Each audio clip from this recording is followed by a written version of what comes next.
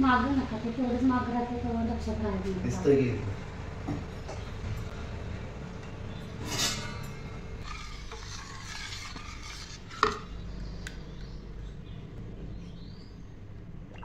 Hello नमस्कार, मी प्रतिभा तुम्हाला सर्वांचं स्वागत करते आपल्या चॅनलवर. तर आजचा दिवस तुम्हाला खूप छान सुंदर जाऊन तुमच्या मनातली सर्व इच्छा पूर्ण होईल. तर आता माझं झाड वगैरे सगळं झालेलं आहे. इथे मी नाश्त्याला की नाही आंबोळी बनवत आहे. आंबोळी म्हणजे आमच्याकडे काय म्हणतात मी त्याला तांदळाचं पीठ आहे. तांदळाच्या पिठात पाणी आणि मीठ घालून कणी असं मिश्रण करायचं आणि ह्याच्या कणी ते सोडलेले आहे. हे तुम्ही बिडाच्या तव्यात पण करू शकता किंवा माझ्याकडे आता निर्लेपचा तवा आहे तर मी त्यामध्ये टाकलेले आहे. मागे पण मी एकदा कणी आंबोळीचा व्हिडिओ टाकला होता तर त्यात कणी घावन म्हणतात असं म्हणत होते, पण आमच्याकडे कणी याला आंबोळीच म्हणतात. आणि आंबट आंबोळ्या म्हणजे ते अगोदर पीठ भिजत घालून रात्रीच आपण इडलीचं पीठ कसं करतो तसं करून केल्यानंतर त्याला कणी आंबट आंबोळ्या म्हणतात. पण ह्याला फक्त तांदळाचं पीठ पाणी मिक्स करून केलेल्याला कणी आंबोळी म्हणतात.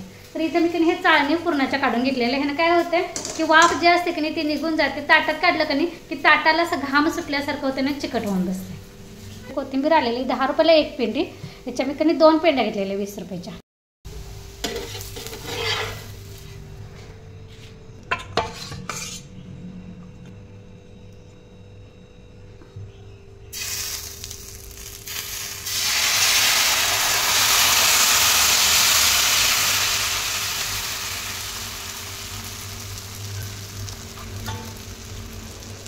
आपला नाश्ता झालेला आहे. त्यानंतर कणी माझा भात पण झालेला आहे, देवपूजा झालेली आहे. आता कणी मी डाळीची आमटी फोडणीला टाकणार आहे.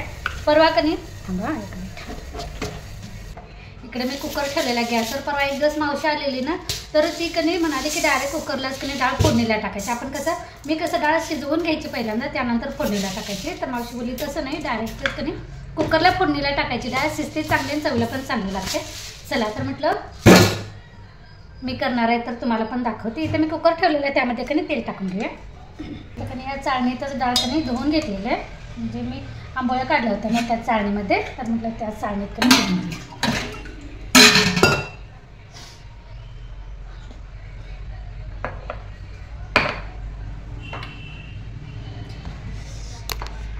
आपलं जे डबल काम होतंय कणी डाळ शिजवून घ्या नंतर फोडणीला द्या ते वाचते. ह्यानं असं डायरेक्ट फोडणीला टाकलं की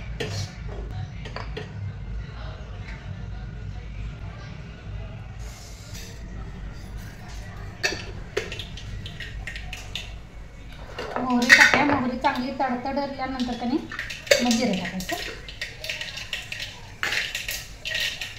अगदी साध्या सोप्या पद्धतीने. आमच्याकडे कणी कोल्हापूरला डाळीची आमटी म्हणतात. जिरा, त्यानंतर हे लसूण कणी साल काढून ठेचून घेतलेलं आहे. हिंग,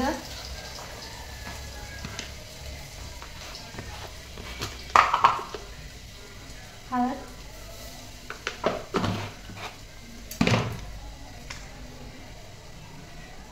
इथे बारीक चिरलेला टोमॅटो,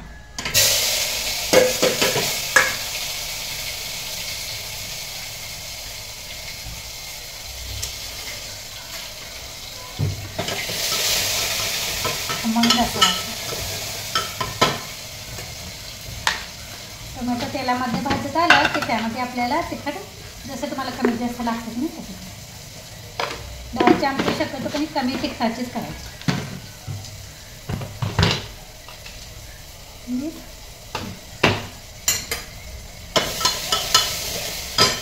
त्यानंतर ही डाळ टाकल्या.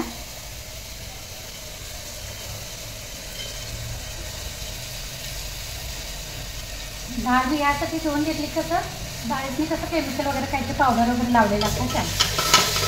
कोथिंबीर आणि कांदा.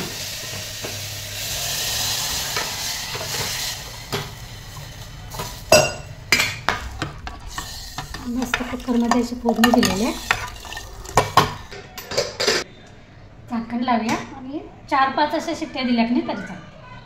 इथे मी शिमला मिरची चिरून घेतलेली आहे. डाळीचं कुकर झालेलं उचलून ठेवते आणि कणी भाजी फोडणीला टाकली. भाजी फोडणीला टाकलेली आहे. त्या बाजूला कणी गॅसवर ठेवलेली आहे. इकडं कणी तोपर्यंत चपाती करून घेऊया.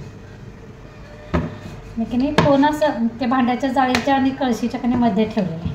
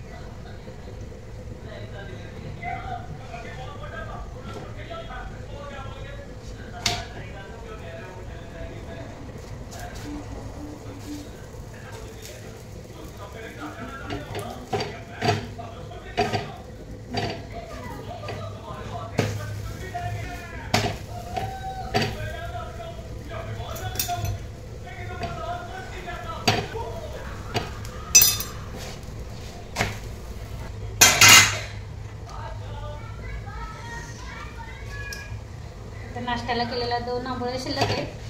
त्यातच आता चपाती भाजून घेते.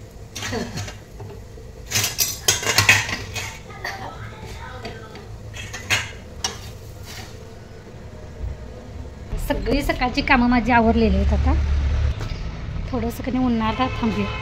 केस सकाळी धुतलेत आणि बांधलेत की नाही तसेच आहेत. थोडंसं कधी वाळवूया केस, नाही तर मग कधी असं चिकट राहते. मध्येच आंबाडा बनते ना तिथं. केस तर आपल्याकडे सुकलेले. रोजचं हेअरस्टाईल म्हणजे आपला फेवरेट आंबाडा बनते. किती भारी केस सुकले, नॅचरलमध्ये सुकवलेत. केस विंचुऱ्या पहिल्यांदा मशीन पण झालेले ते कणी हे लावले होतं. बेडशीट वगैरे कणी लावायचे होते ते लावलेले. इकडं कणी वाळलेले कपडे पण मागे कणी घडी करून वेगवेगळे असे करून ठेवलेले. ती कपाटात ठेवायचे. पहिल्यांदा कणी केस बांधूया. वाळलेत तसे.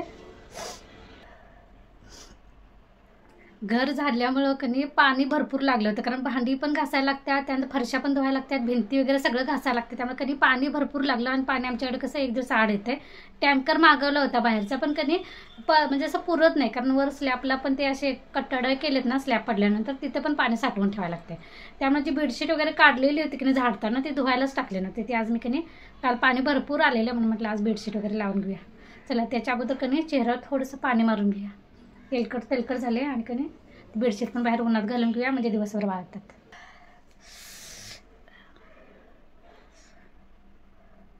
थंडीमुळे कणी किती जरी चेहरा धुतला तरी थोड्या वेळानं असं कोरडंच पडतंय.